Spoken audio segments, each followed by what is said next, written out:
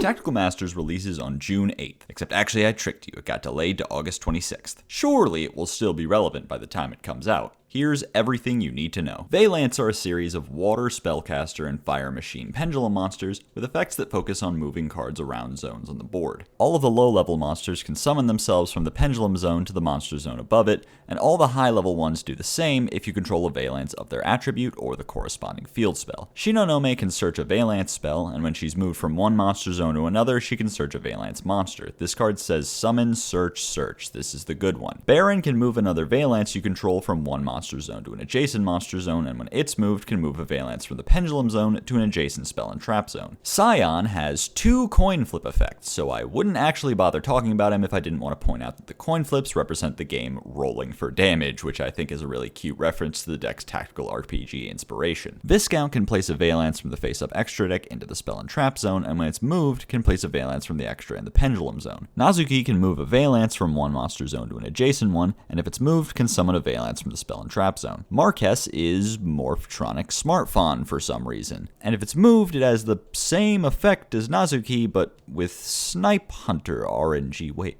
what? Hojo, water spellcaster by the way, can target a face-up card in any spell trap zone and return it to the hand, and if it's moved, can fusion summon a Valence. Duke can target a set spell or trap and make it unable to activate this turn, and if it's moved, you can take control of an opponent's monster, but can't activate its effects or attack with it. Mamonaka is a fusion of 3 Valence monsters with a quick effect to move an opponent's monster from the monster zone to the adjacent spell and trap zone. Grand Duke only takes 2 Valence monsters, or can be summoned by simply tributing a high-level Valence in the same column as the extra monster zone, and has an effect to bounce a monster card in the opponent's back row to the hand. Place of Beginning searches for a Valence field spell, and optionally can destroy a pendulum you control to also search Senet Switch, baby! LVK7 to the Giga Chad who heard this deck needed a searchable Senet Switch and responded, hear me out. Additionally, if it's in the graveyard any turn after it was sent there, you can banish it to place a Valence from the extra deck into the pendulum zone. The field spells Shinra Bansho and Konig Vissen both place a different Valence field spell in your opponent's field zone on activation and have an ignition effect that either player can activate on their own turn. Shinra Bansho lets the turn player summon a monster card from their back row, and Konig Vissen lets them move an opponent's monster in the same column as one of their own monsters into their opponent's back row. I don't think I'm up to the challenge of listing all the fundamental flaws with this deck. First of all, the restriction on every Valence implies that the deck is intended to be able to summon some non-Valence monster from the extra deck that still supports the deck, perhaps a Link 2 that the card designers in Japan still keep in mind when designing Pendulum archetype, but we don't have something like that. You don't count. The deck's only archetypal payoff is a worse Trident that your opponent can easily out with either of the 2 field spells that you gave them access to. A couple of cards have trigger effects when they're moved that could be used as a form of disruption, but the deck has no means of moving between monster zones as a quick effect, a type of interruption that would have been such an easy include in a deck this focused on these types of effects. And finally, there's the issue that there is just so much going on in this archetype that figuring out a combo line to do literally anything requires keeping track of more moving pieces than chess 2. Personally, I hope this deck is never good.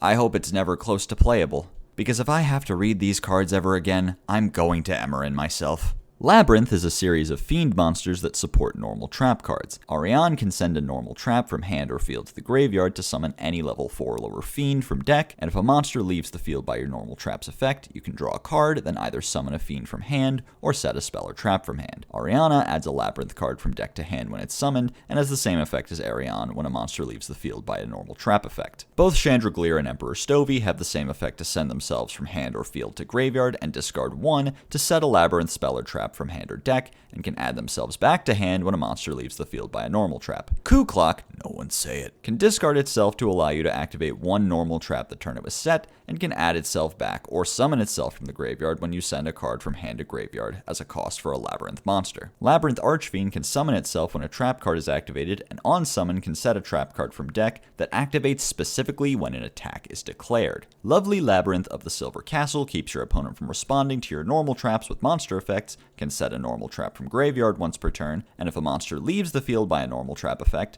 can destroy a random card in your opponent's hand. Setup can shuffle 2 Labyrinth spell or trap cards in the graveyard or banish back into the deck, then set an equal number of non-Labyrinth normal trap cards directly from deck. Labyrinth lets you special summon a fiend from your hand or graveyard when you activate a non-Labyrinth normal trap, and if you activate a Welcome Labyrinth normal trap, that trap card gains the additional effect, destroy one card on the field. Welcome Labyrinth summons a Labyrinth monster from deck and resets itself when a monster leaves the field by a normal trap effect. Fair Welcome Labyrinth activates when an attack is declared while you control a fiend, negates the attack and destroys any card on the field, then sets a non-Labyrinth trap from deck. And Labyrinth Barrage can chain to your normal trap card and copy its effect, but notably locks you out of doing burn damage to your opponent for the rest of the turn, so you can't use it for chain burn purposes. Finally, Archfiend's Ghastly Glitch lets you target a card on the field, destroy it, then send a fiend from deck to graveyard. This deck saw a fair amount of success in the OCG as a control strategy with some explosive potential, using flexible removal traps like Compulse and Punishment to easily trigger Labyrinth cards and utilizing the combination of Archfiend Glitch and Backjack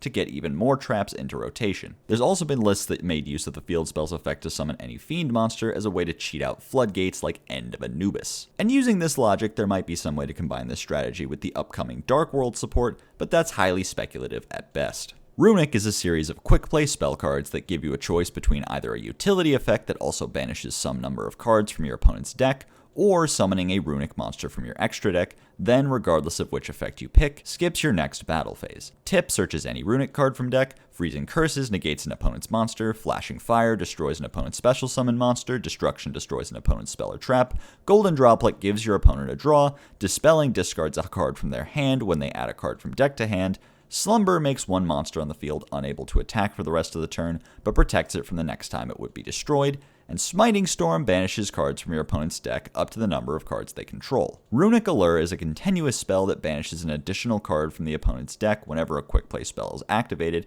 and Runic Fountain is a field spell that allows you to activate runic quick plays from hand during your opponent's turn. And after a runic quick play has been activated, lets you put up to 3 runic quick plays from your graveyard on the bottom of your deck and draw that many cards. Finally, the fusions mostly all leave something to be desired, but to sum them up quickly, Gary adds a runic spell back to hand on summon and pops a card when it's run over in battle. Munin searches a continuous spell and protects your runic cards and set cards, and finally, Hugin discards a card on summon to search a runic field spell. These cards have a lot of potential. Pure, they facilitate a competent mill strategy with strong control tools, but as a package in other decks, it can fill a lot of very useful niches. You see, being extenders, disruption, and removal tools means they can comfortably be main decked as a way to deal with specific threats without ever being truly dead into any matchup. Playing a main deck mine out doesn't have to be so bricky when that same card can also be an instant fusion when you need it to be. The fusions themselves also have some quite favorable aspects for certain strategies, like Gary being a beast for decks like Tri-Brigade, and Hugin being a level 2 for Sprite. In the OCG, the deck has seen success in a variety of shells, including Invoked, Sprite, and of course Halcdon Synchro combos. I especially want to highlight this list, which uses the Golden Sword Souls,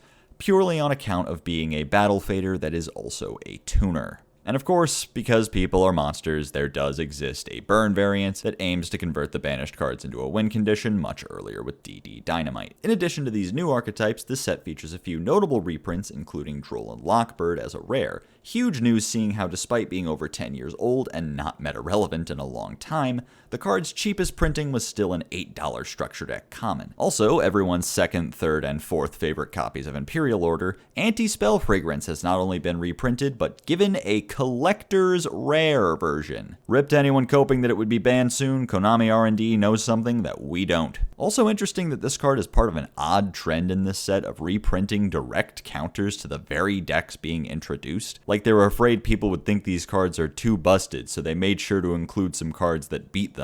And it's not even just good counter options. They reprinted Invader of Darkness, presumably because it's both a fiend so Labyrinth could use it, and it functionally FTKs Runic if you do manage to summon it. Before I sign off, I just wanted to say a huge thank you for all the support on my last video. I am hoping to continue this series as regularly as possible, but I also have some other content ideas in the works right now, so stay tuned for those. I also stream at twitch.tv/Jaxel_ms, where I do things like this. How many times do you think someone's gotten head at a Yu-Gi-Oh tournament? I kind of want to say not a single time. Fuck! Hope to see you there.